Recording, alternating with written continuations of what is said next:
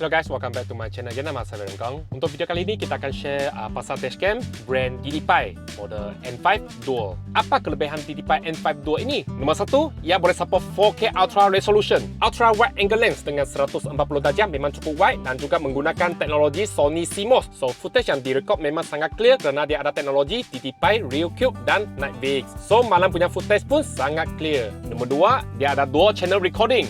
Maksudnya dia juga ada kamera belakang. Untuk kamera belakang dia menggunakan Full HD 1920 kali dengan 1080.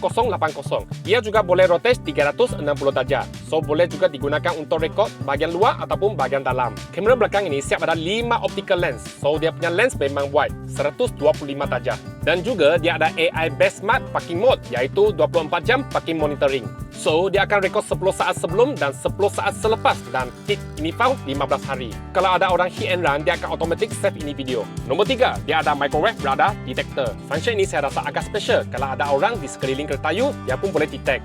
Nombor 4, banyak akan tanya, kalau kita pakai mode 24 jam, bateri tahan ke? Jangan risau, dia ada battery friendly monitoring. So dia akan buat record apabila pelanggaran berlaku sahaja. Kadang-kadang memori card kita korup ataupun fail reading, footage kita hilang, macam mana? Function ini amat penting kerana kalau kita punya memory card tiba-tiba error, fail, so dia akan automatic save itu footage ke internal storage iaitu eMMC storage dengan 32GB.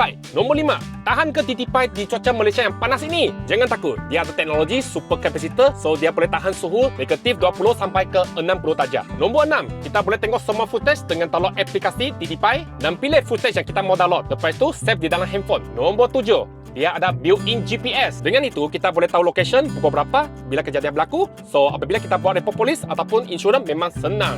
Nombor 8, kalau bagi kereta yang tidak ada ADAS system, ini ada basic ADAS system. Yang last kali, dia juga ada function macam high proton. Take photo. Take photo. So kalau you guys tengok ambil yang cantik, you tak perlu ambil handphone. You cuma cakap, take photo. Itulah semua kelebihan DDPi N5 Dual. Kalau bagi sesiapa yang ada juga minat membeli, kamu boleh tekan link di bawah description. Okay, see you in the next video. Bye.